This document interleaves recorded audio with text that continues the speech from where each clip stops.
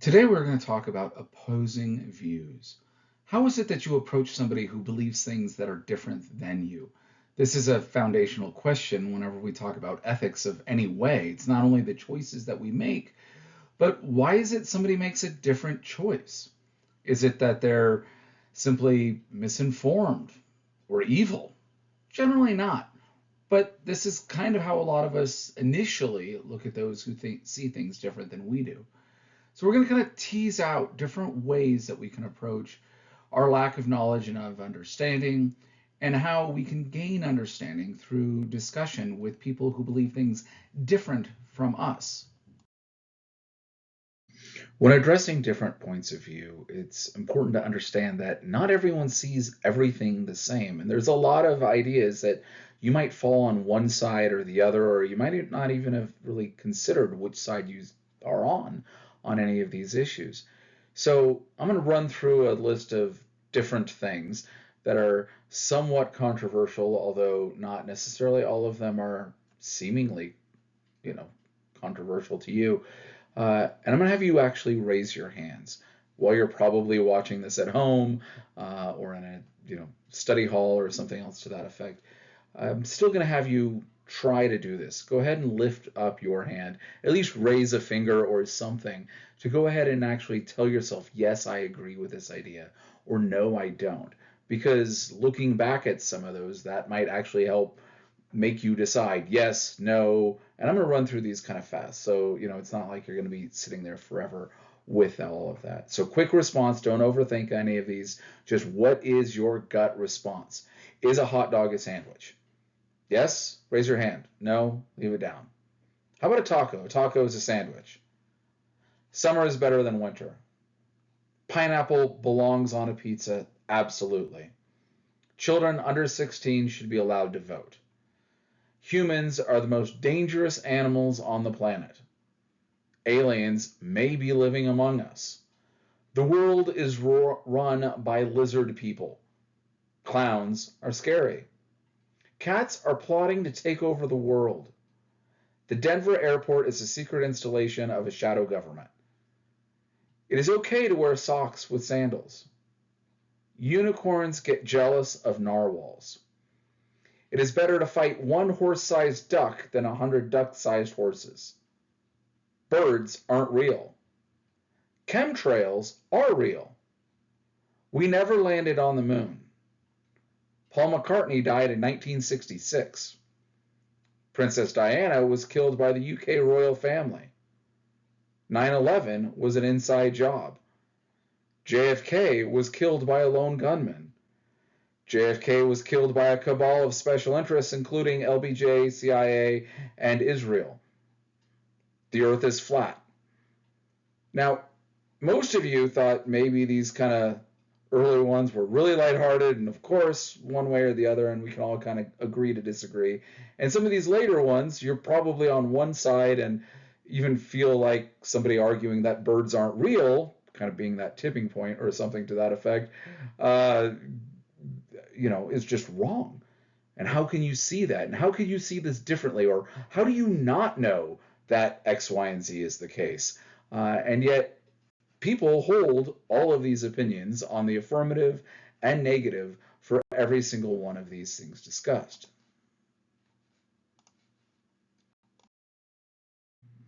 So why do we disagree? First of all, it's okay if you didn't raise your hands to any of these issues beforehand because you didn't feel maybe it wasn't okay to also, even though you were probably by yourself, to agree or disagree with some of these things. Why didn't we all simply agree with one another on any of these issues? Some of the things mentioned mattered, some of them did not. Some might get you labeled crazy by some, and yet some of those crazy things may or may not be true. Or we might think that they're true later and not now, and our views on these things might change. You might come to, while analyzing what is a sandwich and what properly makes a sandwich, to decide, yes, a hot dog is a sandwich. Instead of saying no, that would be a crazy idea to hold on to, let alone some of these later discussion points that were a little more difficult. Some of the times we disagree because we don't understand the words that we're using. We might use a word and it doesn't mean what we think it means, or it might not even really be a word. And so we're really disagreeing on what is the different definition of this, right? How is it we define a sandwich, right? Is a wrap a sandwich and a hot dog not a sandwich? Is it about the wrapping? Is it about having meat? Is it about having bread? And if it's just about meat and bread, then is a peanut butter and jelly sandwich a sandwich? And why does that count? And yet a hot dog probably not for many of you. Is it just because of where the slit in the bread is? Is it about the bread to meat slash filling ratio? Right? And we start kind of parsing what words mean because they don't always mean the exact same thing. We disagree about definitions. Some words don't mean what we think they mean, and we use them all the time.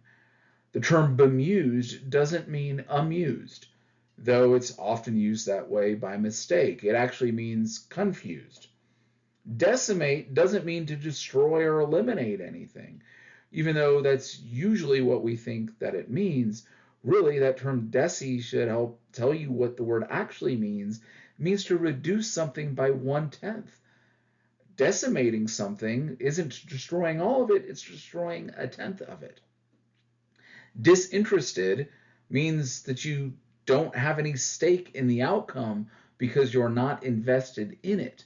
Uninterested is the word that means that you find something boring and that you don't actually want to have an interest in it. Ironic, sometimes people use and misuse ironic ironically as a word means as a sort of way of interpreting a coincidence.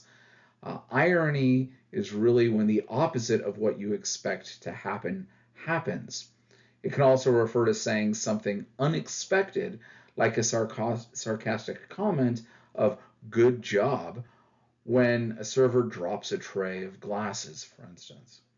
Literally, the term literally means something that is real, true, or exact.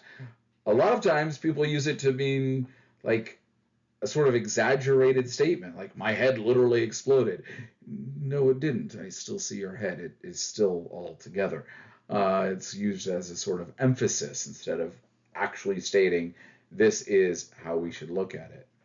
Similarly, penultimate means second to last, usually on a list of things with a series of books or events. This is the penultimate of this series. Ultimate is actually the last one, and yet sometimes people use penultimate to mean the biggest, the greatest, or the last one. And yet, really, what it means is the next to last one. Nonplussed, a phrase that many of you don't use anymore, but meant unperturbed or unaffected, but it actually means perplexed or confounded, not unperturbed or unaffected. It derives from a Latin expression, non plus, which literally means no more, and in this context refers to a situation in which you're so utterly confused or bewildered that you can't say or do anything else. Terrific, the original meaning of this word, is completely different than how most of us will use it. Most of us say, how was your day? It was terrific. We usually mean that was great, but actually the original meaning of the word was very bad or exciting fear, right? It brings in terror. It was a day full of terror would be what it would mean if you were to say today was terrific. It does sound like terror after all. You might hear somebody said, I just saw some absolutely terrific accident on my way home from work, which would actually be the right way of using that, but most of us don't use that word the right way. And it probably wouldn't be appropriate for you to go and talk to somebody and say, you don't know what this word means, because we've all accepted that it's terrific is a positive in our modern connotation, even though that's not the way that the word was constructed originally. Irregardless is also, a grammar stickler sort of pet peeve. There's no such word, right? It's popular, and in certain dialects, irregardless simply doesn't exist, though, in the English language. The word that we should be using is regardless, as in, regardless of the cost, they're going to go do this, that, or the other. It's not irregardless, but again, certain circles of people use it. Technically, it's not a word, but this is also how words enter into our vocabulary. A certain group of people are using it enough that we all just say, okay, that's a word now. Sometimes people have opposing points of view because they're just using different vocabulary or misunderstanding vocabulary when they give it a different meaning.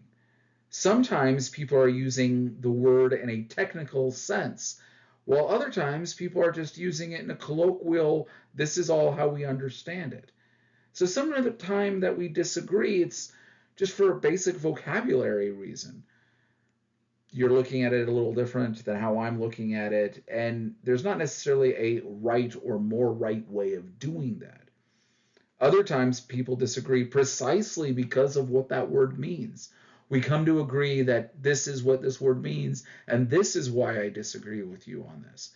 While everyone else might agree with it from a non-technical point of view, while we're engaging with this in a technical reality, we're adding layers of nuance on there.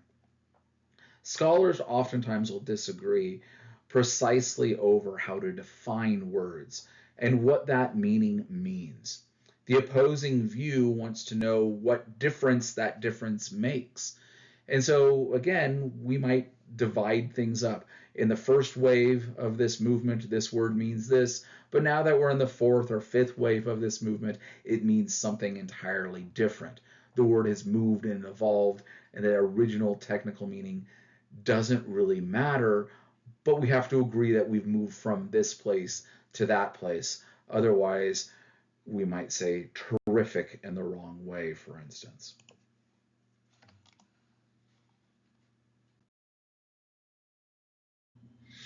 In the 19th century, scholars really wanted to figure out what words meant.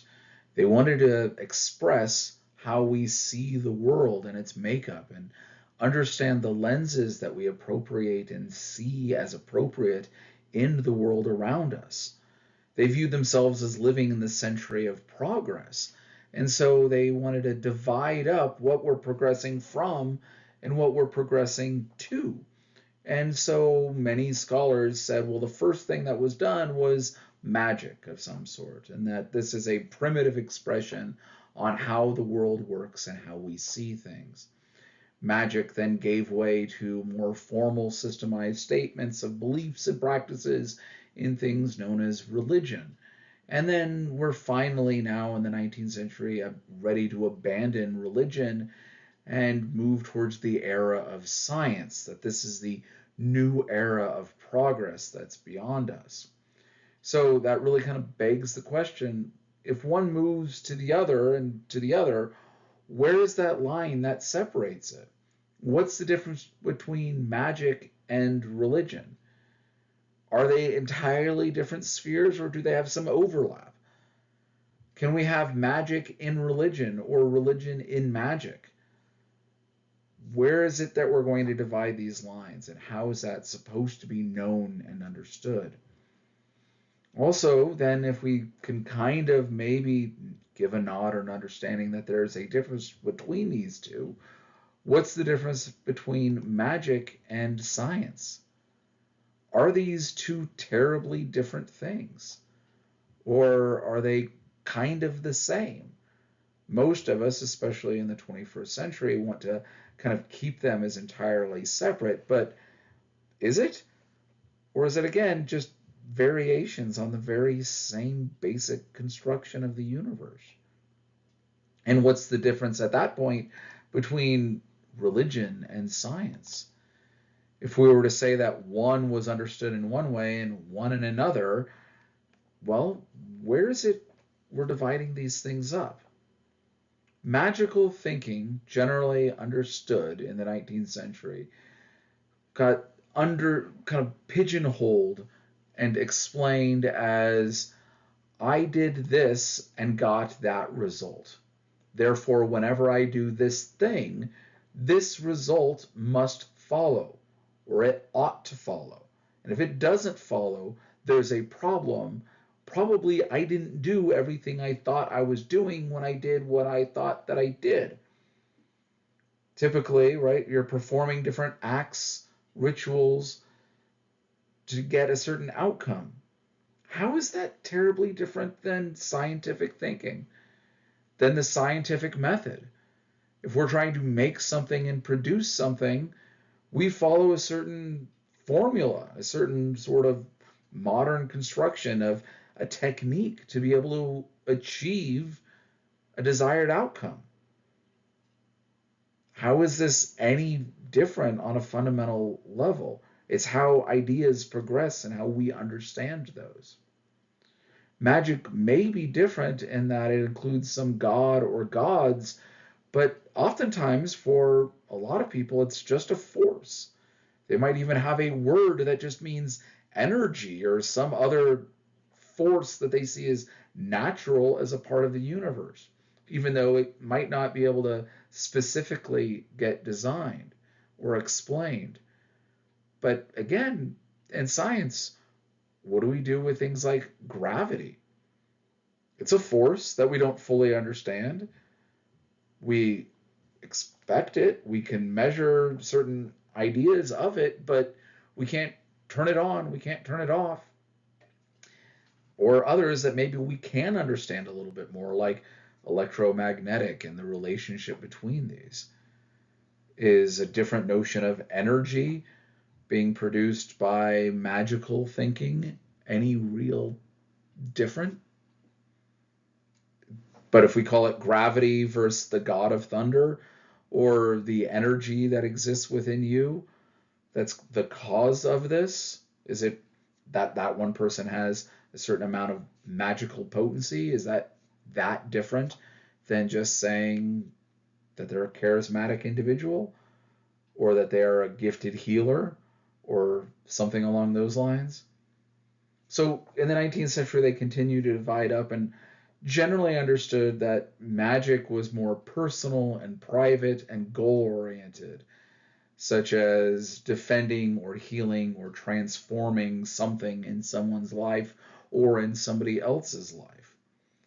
Yet, again, in this list, how is that all that different than what maybe an evangelical Christian will say about their personal relationship with Jesus?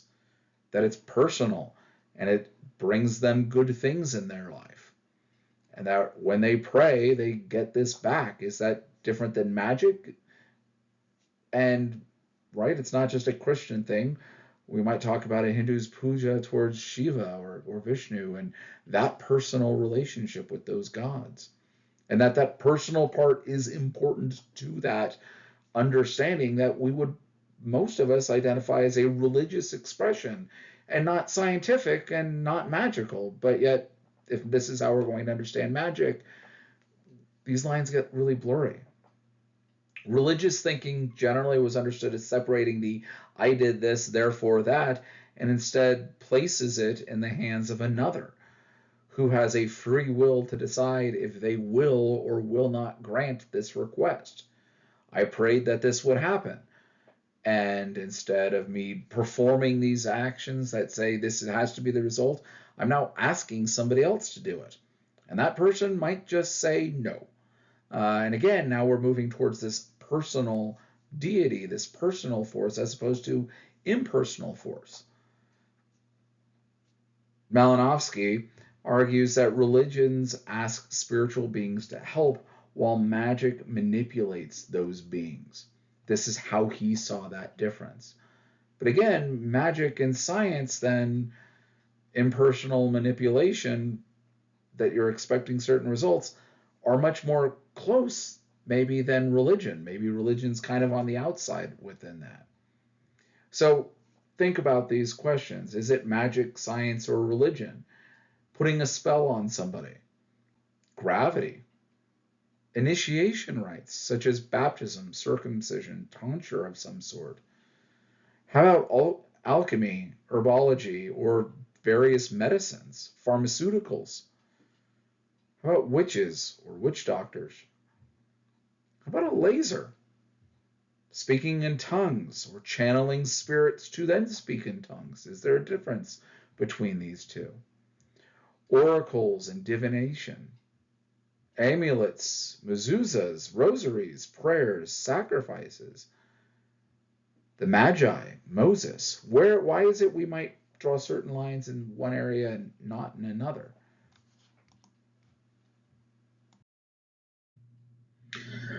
If you're confused or frustrated on the difference between magic, science, and religion, this isn't new. Again, this is something that was argued and debated throughout the 19th century, 20th century, and even by scholars today.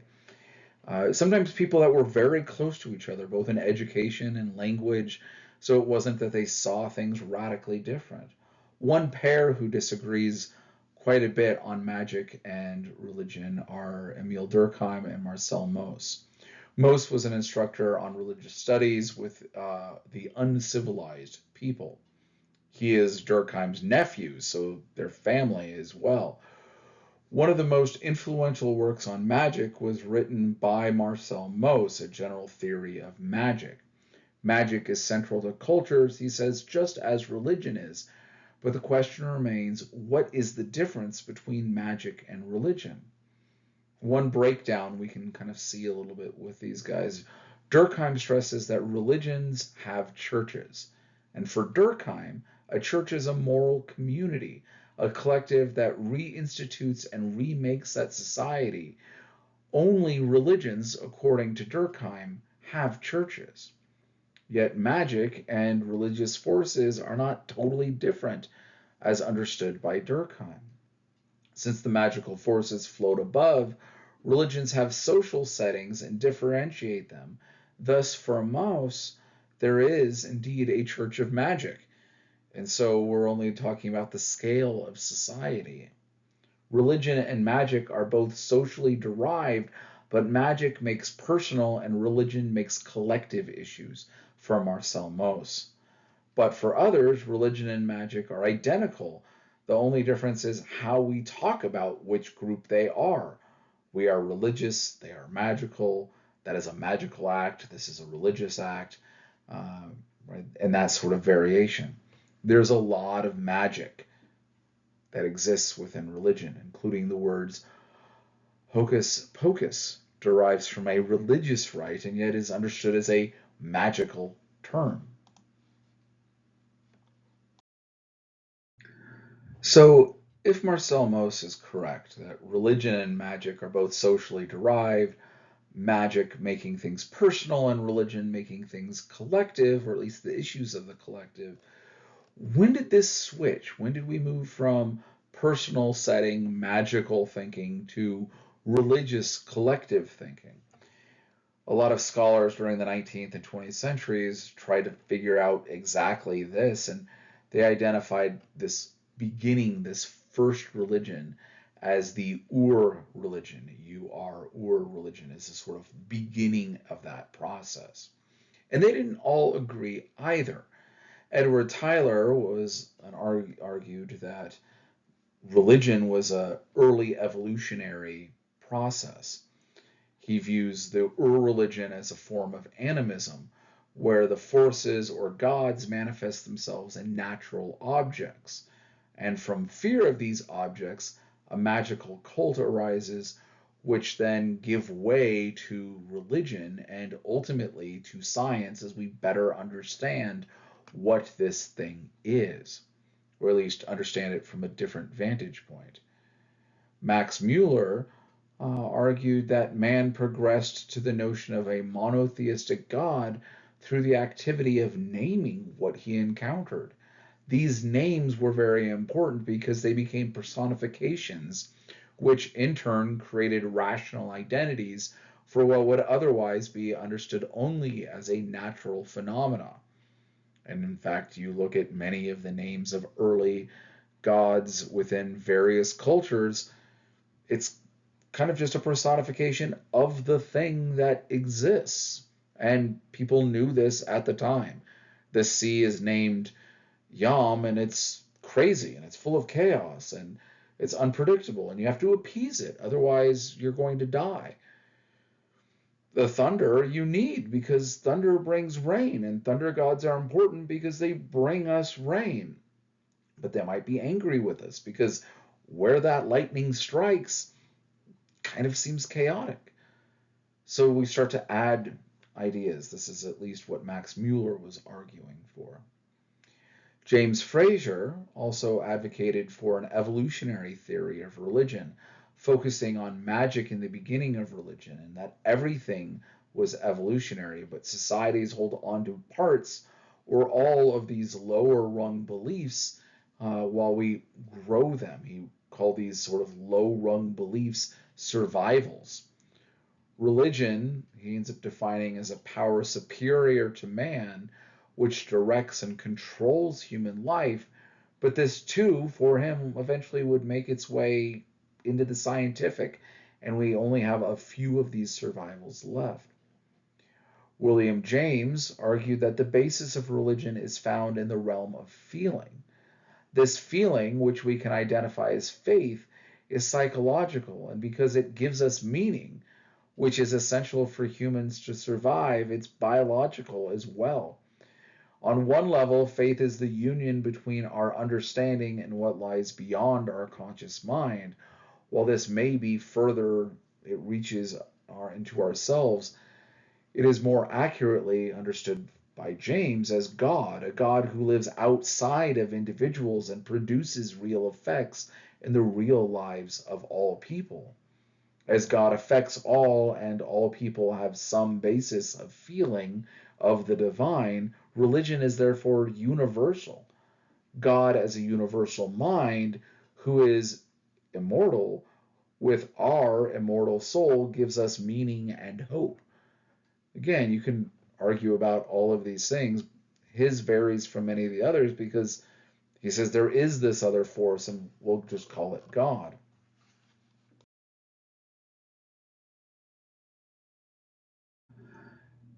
Durkheim defined the Ur religion as totemism. For him, a totem is an object, an animal, usually, but sometimes it might be a plant, or maybe even a stone, a rock, right? That then is emblematic of a community, and it is treated as sacred. It, by its very symbol, tells us all who we are. And he was doing his study and his discussion about the Aborigines in Australia, but we do this still to this day. Right? If we're looking at professional sports, we all have our own totems. We have different things that are allowed and not allowed. You have teams, mascots, identities that are wrapped up with this. Oftentimes it is beings that are connected in some ways with an animal, and yet that becomes part of who you are. You live in Detroit and you are a lion, even though there aren't a lot of lions native to Detroit, and how you're going to move and relate with that. And you're going to be opposed to bears, which of course might make sense, but there aren't a lot of bears in modern day Chicago either. Here we can see that the preservation of this totem has a greater meaning within ourself, and that our clan will derive from its existence of this sort of totemic object. In fact, even when different representations of the totems do things, we identify ourselves with that act as well. And again, here at Boise State, we do the same thing. How many times do you say or hear somebody just say, go Broncos? And that's part of who you are as a person who attends Boise State. Different colors are more preferred, different areas are allowed or not allowed. And this is who you are wrapped up within this totem, this emblem.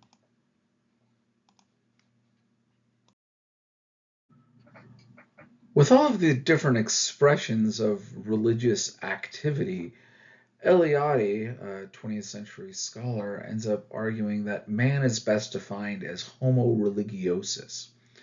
That what it is to be a human, what it is to be man, is to be a religious creature, a religious animal. As such, all events of man are intrinsically religious. whether pre-modern with small-scale belief systems or large-scale modern dogmatic structures, or seemingly irreligious members, religion permeates man's ethos, actions, and beliefs on a foundational level. Amongst all other things, we find this with the use of symbols and ordering and constructing the worldview of all people. As symbols move man from the particulars to the universal, this is how we move and organize ourselves. We find ourselves always in the center of the universe. The axis mundi is here. It's the navel of the world or the peak of the world, either the top or the bottom typically. And this is a sacred place where we move and relate within the world and with the divine that is the thing that gives it meaning, much akin to what William James said.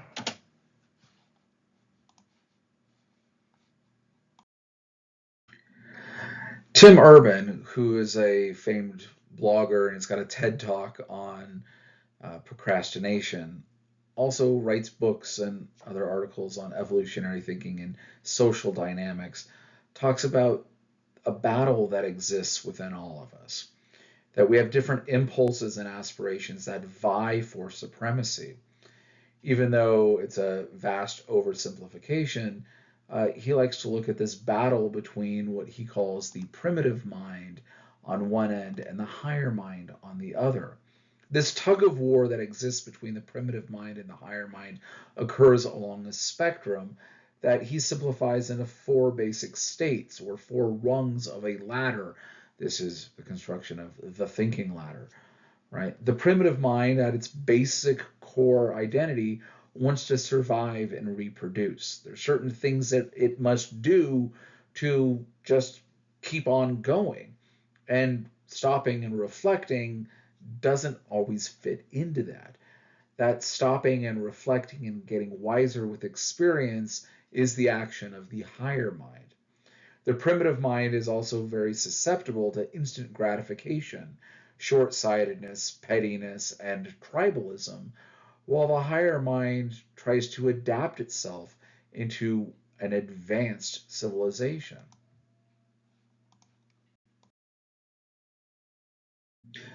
Tim also argues that ideas and all of their forms exist kind of on a spectrum, and that this idea spectrum could be a simple tool that we use to capture the range of what a person might think about on any given topic, their beliefs, their opinions, their stances on something.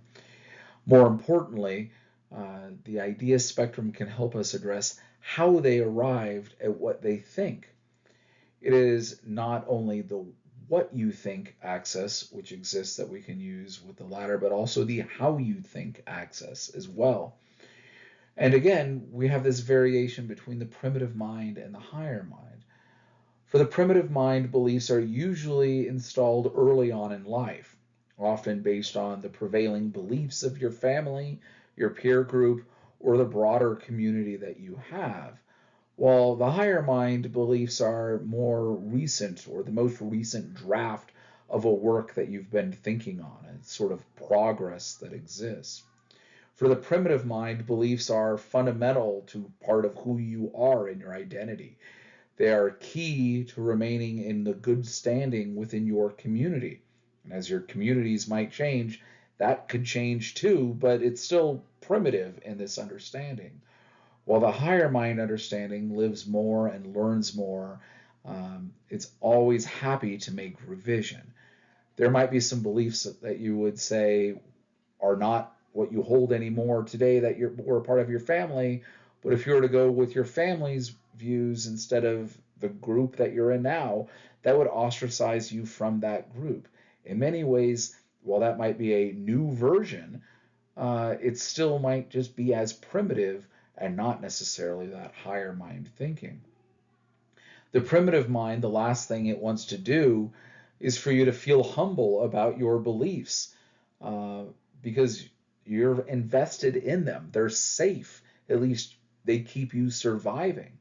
Well, the higher mind is always aware that we're delusional from time to time and therefore need to kind of come and face something new. The higher mind's goal is to get to the truth, while the primitive mind's goal is to confirm existing beliefs. And this is really the tension that exists. It's not that one is just true. It might be that your original beliefs are true, but have you tested them? Do you know why they're true? Are you willing to even look at the foundational understanding of this, or is that completely off the table? So we're going to look at this first, not from what the primitive mind looks at things and how it approaches stuff, but what the higher mind is. This will be the first rung, what Tim calls thinking like a scientist. Says that when you're thinking like a scientist, you start at point A and then follow evidence wherever it happens to take you. The scientist's default position on any topic is, generally speaking, I don't know. You don't have an idea. You've never encountered this before, right? You're kind of completely neutral in how you're approaching this. So the next thing you do after you're kind of faced with this question about something is you begin to develop a hypothesis. And this is actually a three-part process. The first thing you do is gather information, right? You try to soak up a wide variety of information on the topic. The scientist, he says, seeks out ideas across the idea spectrum, even those that seem likely to be wrong, because knowing the range of viewpoints that exist about a topic is a key facet of understanding what that topic is. Looking at conspiracies or fringe ideas is actually healthy for the scientist, at least being able to know why you're dismissing that idea instead of just reflexively rejecting it, even though it's not might be where you're going to land up. You tease out the evidence, right? And then you say, that's not true, right? You see why somebody might argue the world is flat or why we didn't land on the moon. And then you say, okay, well, I like this evidence. I don't like that evidence. I'm going to assume this is true. I'm going to see that this isn't true. And we gather information both directly from our own observations and indirectly from gathering information from other sources outside of ourselves, right? If we're trying to tease out whether or not the world is round or flat, well, most of you, I would venture to argue that all of you haven't circumnavigated the globe. You haven't been in space, you haven't looked, you haven't approached things from that vantage point. So you're going to gather information from people that you trust as good sources. You're going to listen to what they say. You're going to take all of the available information and present it to yourself. Then you're going to evaluate this. For the scientist, this is a healthy skeptical sort of understanding. That is perhaps the most important skill of a skilled thinker, is knowing when to trust information that you get. Do you want to listen to this? Do you want to entertain this idea or not? Right? Trust is assigned wisely. It is an efficient knowledge acquisition trick.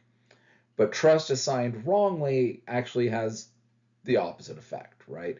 When people trust information to be true that isn't, they end up with an illusion of knowledge, which more often than not is worse than having no knowledge at all. Right? We all know people who are absolutely certain and are absolutely wrong. And because they're certain about some wrong piece of information, they're not willing to let it go. They aren't willing to adapt. And adaptability is part of the higher mind thinking. It's what thinking like a scientist is. Next thing we have to do is puzzle together a sort of hypothesis. We've gathered information, we've evaluated this information skeptically, and now we need to put something together. We begin agnostic, and finally we puzzle this image through independent reasoning. We have wide open creativity during this stage. What conclusions can you make based on assumptions and evidence that you've gathered? So you might tease out and ask things like, are plastic dinosaurs made out of real dinosaurs? It seems kind of weird, but at the same time, plastic is derived from oil. Oil is derived most of the time that we get it from fossil fuels. Fossil, right there, dinosaur, right? We can kind of see that oil derived from that organic matter. So, is a plastic dinosaur made out of real dinosaurs? Like carving a wooden tree out of a tree? Is that a crazy thought, or is that a reasonable way of doing that? And so we don't just say these things. We have to then test out these hypotheses. We have to see if indeed our idea that we've just come up with, will it stand scrutiny? So we can imagine this exchange that he ends up putting this here, right? This is the best boxer in the world. Cool. Well, how do you know that? Well, he's not fought anyone. You can just look at him, right? Obviously, we do this with ideas all the time. We feel sure and right about an opinion that we've never actually had to defend. An untested belief is only a hypothesis, a boxer with potential, but not a champion of anything. This is why scientists need to seek out dissent, and good and strong dissent as well. The more boxing matches the scientist puts their hypothesis through, the more they're able to explore the edges of their conclusions and to tweak their ideas into being better ideas.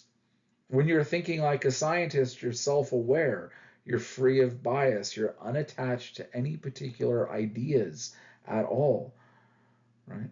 You're motivated entirely by what the truth is and continually willing to revise your beliefs. Your brain is hyper efficient and it's trying to learn all that it can.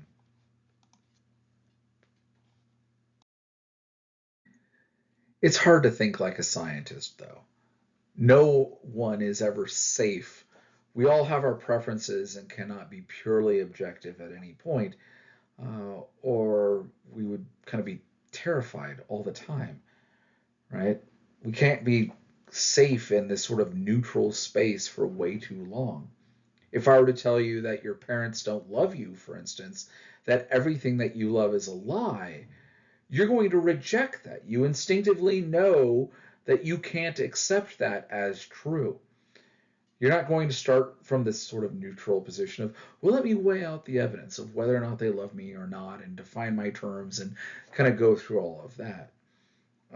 You might even say that you shouldn't accept that idea, that even toying with that idea might be unhealthy. And so you kind of move off of this purely scientific view because you have certain connections that matter.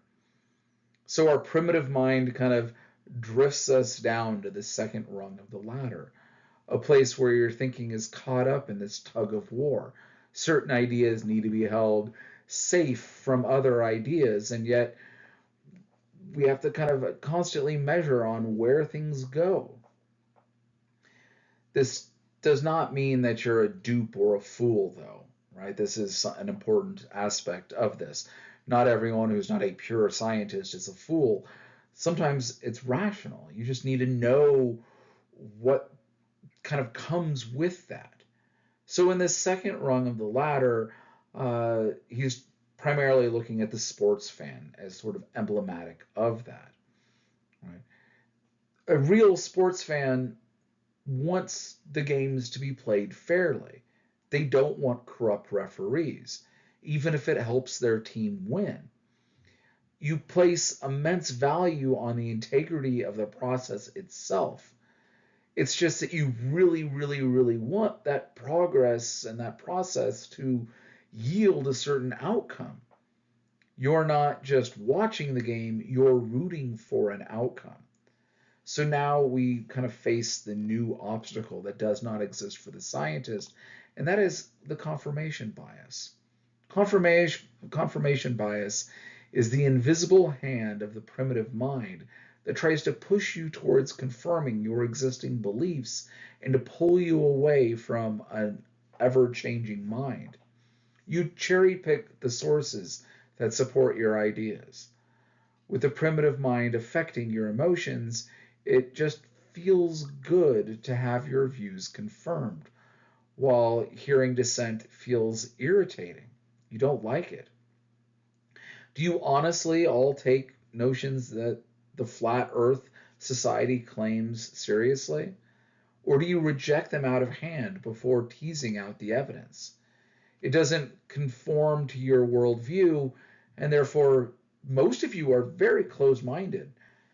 Most of you are very close minded about whether or not we landed on the moon or many of those other hotly debated topics on the lower end of that list that I gave you earlier. And we do this naturally, right? This happens not only to deeply rooted beliefs, but also to things that you only came to believe fairly recently. You decided who is right and who is wrong, who is good and who is bad, then you shape a narrative to maintain this. Once you take a side, you generally look for things that conform and confirm to that side and ignore information that's against it. You hear of a conflict that exists and you say, I like these people, I don't like those people. I'm going to reject these other sorts of ideas, regardless of how reasonable they might call themselves, regardless of even who says it, because I already have my ideas made up. My ideas are closed because even the sources I'm getting will only tell me, yes, I need to support this idea. How many times do we hear of countries outside of our own, and sometimes even in our own country, with people who might be politically aligned different than us? And we ask the question, why would they do this? And really, the answer that's given is, well, they're evil. They're just evil. Okay. Did you have an open mind? Did you tease out why they would have done these things? It might be that they are indeed evil, but other than this one issue, what is the evidence that you have? And what is it that the people are telling you they're just evil, wanting you to do? How does that move and relate? Right? You kind of root for your side. And again, you might have just done this recently. You just kind of found yourselves here and you've drifted into a sort of point where you're accepting an idea because it confirms how you'd like to see things. And again, this is natural, and to a certain extent, it's healthy.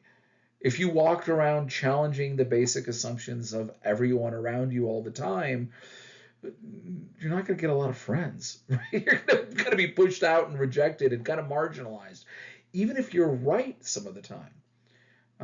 Being the person who's always skeptical and always challenging everything is difficult to do.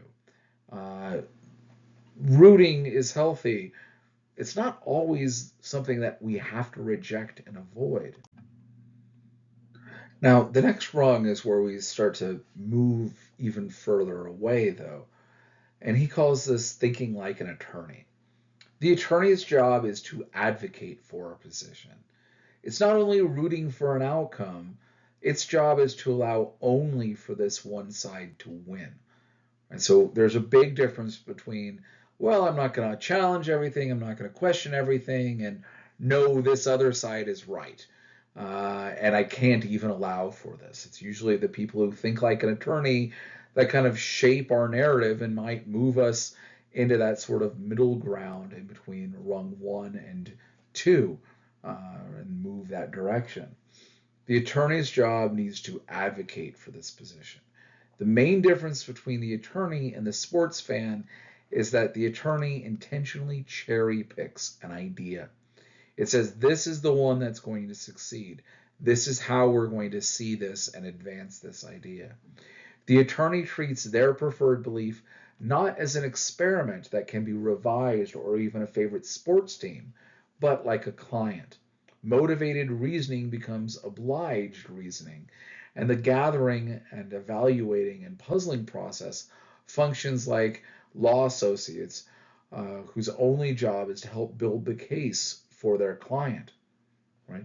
An attorney is inconvincible. They cannot be convinced to move off of that because really that's their job.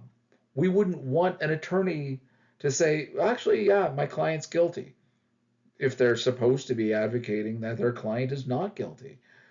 We don't want somebody to say, we came here with this understanding that we're wanting this, thing to be done.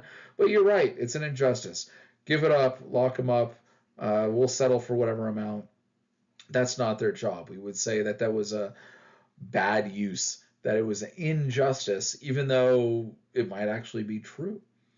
Right? They're only picking the sides of evidence that supports them. The attorney's job is to then kind of minimize the evidence that goes against them, because this is the new and appropriate way. This is the conclusion that we have to have. And again, having an attorney as somebody who you're using to challenge some of your higher level thinking during your testing of a hypothesis, somebody who's an attorney for the other side, can be very beneficial. But having an attorney who's just trying to bring you into their camp might not be as good.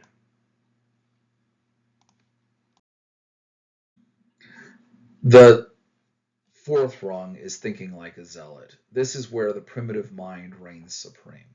There are some beliefs that the primitive mind holds so dear that the higher mind has no influence at all over on how to think.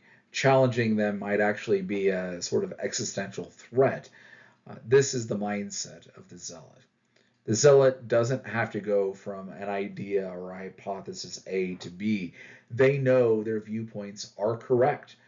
They just know it with 100% conviction.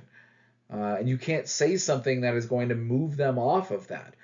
Again, it might be for them, it's not safe to do that. It might just be a bad idea. The zealot doesn't have to evaluate a source. Whatever that source says is automatically accepted or rejected based upon the zealot's predetermined conclusion. When zealots argue, uh, their challenges are seen as insults, right? It's not just that's an interesting point of view. Let me kind of evaluate that. Or, well, have you seen these other, list of things, right? The zealot's job immediately goes, what are you attacking me? What are you stupid? What are you evil? Right? These are the terms that are usually used. So it's automatically kind of seen as a affront, right? No, this person, you can't say that about them because they're X, Y, and Z. Dissent is trash, and those who disagree with it are evil, stupid, or both. We end up with a distorted view of ourselves and everyone else, including those who even agree with us, because, well, of course, they agree. They're a part of my group. They're right because they agree with me. The four thinking rungs are all distinct, but they fall into two broad categories: high rung thinking and low rung thinking. High rung thinking is independent thinking, leaving you free to revise your ideas and even discard them altogether if you move to a new area. Now you're going to root for a different sports team. And eventually maybe say, forget that old one. I'm now on this other board. Or, hey, I'm just going to evaluate everything independently. Right?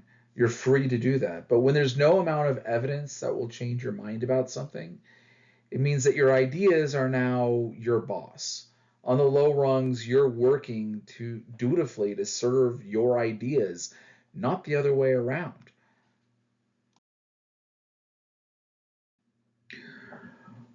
Well, Tim Urban's thinking ladder is something that's very helpful in helping us evaluate different ideas. I want to kind of posit maybe a challenge to his own ideas, and I'm assuming he would actually approve of somebody challenging his basic construction because that is higher level thinking under his ideas, right? I want to say that maybe on some things it's not bad if you intentionally have trained yourself to approach an idea that this conviction might be right. Right? You shouldn't always be skeptical of your boyfriend or girlfriend that they like you, right? If you were to always be skeptical on that idea, it's going to kind of come off as insecure. It's going to alienate and break that relationship. So maybe you don't want to be a pure scientist when you're dealing with the realms of certain relationships with people, that you want to kind of give them the benefit of the doubt. Maybe they don't like you. Maybe you will discover that later. There's a preponderance of evidence that then you're like, okay, I need to kind of shift. But early on, having some convictions that, this is what I can live by. These are sort of group norms that are important to me. They're foundational for me, and I'm okay with preserving and protecting those because not doing so can cause a problem. Right? You don't want to constantly ask yourself if you like or don't like Hawaiian pizza.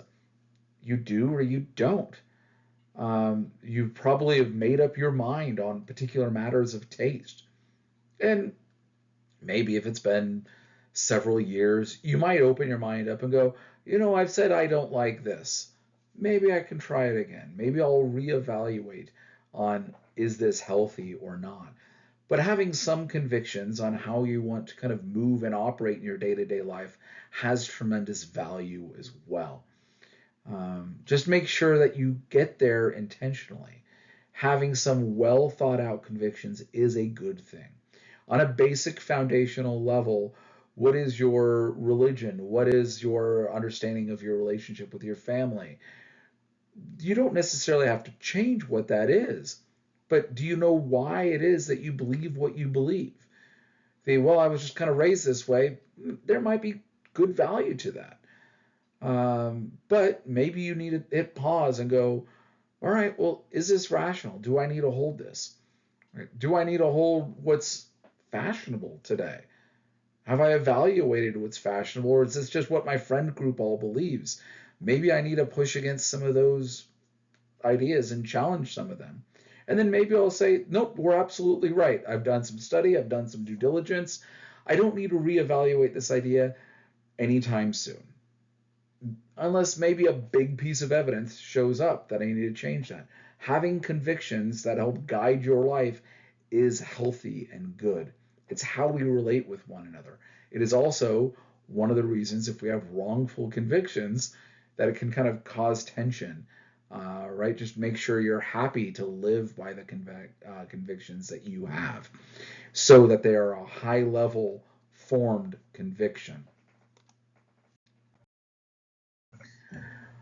To help us understand and debate a little bit more ideas, uh, we're also using perspectives. It's something that the university program that they've invested in.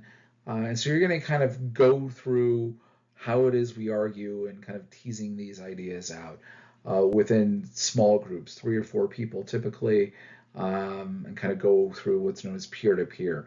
There's right, you and somebody who's a lot like you are going to meet and discuss these things. How the class is going to work and shape that up.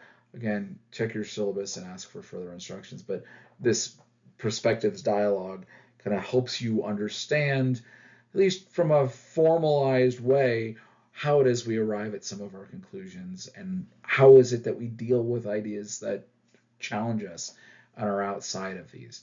Uh, Probably expecting to take about 30 minutes apiece to go through and kind of discuss this because, again, working and learning from one another has tremendous value.